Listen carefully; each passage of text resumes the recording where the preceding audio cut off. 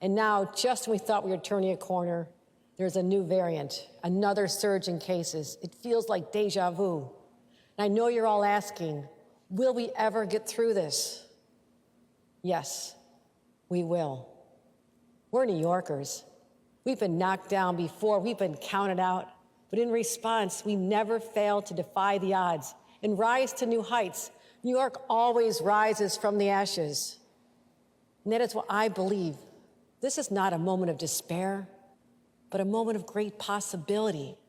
Because while we're in the midst of an all-consuming crisis, we also remember that if we make the right choices right now, it will end.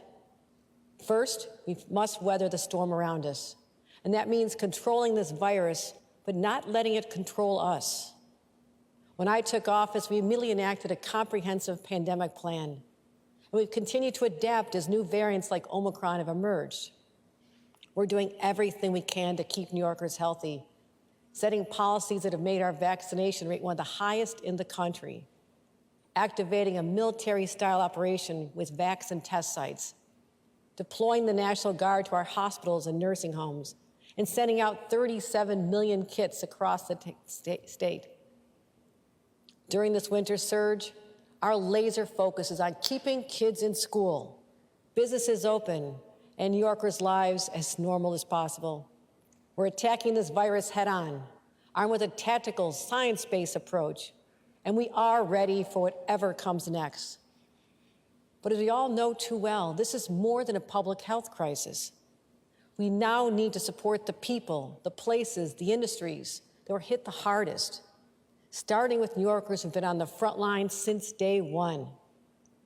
During those terrifying early months, while many hunkered down at home, our healthcare workers and first responders showed up day after day, night after night, double shift after double shift, putting their lives on the line to save others. They're not only physically exhausted, they're emotionally exhausted too. I know, I've seen it in their eyes in hospitals from Buffalo to Potsdam just this last week. That exhaustion, combined with pre-existing staffing shortages, has resulted in a crisis. We simply do not have enough healthcare workers in our hospitals or in our long-term care facilities, in our ambulances, or in the homes of our loved ones. The health of every New Yorker depends on strong, stable, and equitable healthcare system. And these workers are its very foundation. Bold action is required before any more time passes. First, we must stop the current hemorrhaging of healthcare workers.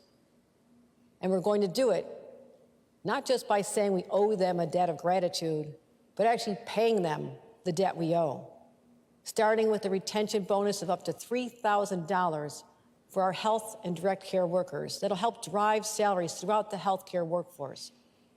So those doing God's work here on oath are no longer paid a minimum wage. Beyond salaries, we'll make it easier for doctors and nurses from other states to practice with their existing licenses here in New York. We'll expand the capacity of our medical institutions so more students can train for high-demand healthcare jobs. And we'll make it possible for them to get that training with free tuition and stipends if they remain here after they graduate.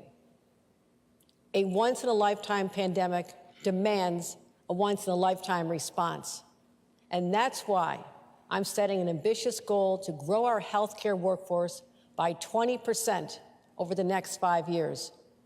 And we'll make the largest investment in healthcare in state's history, $10 billion. As we both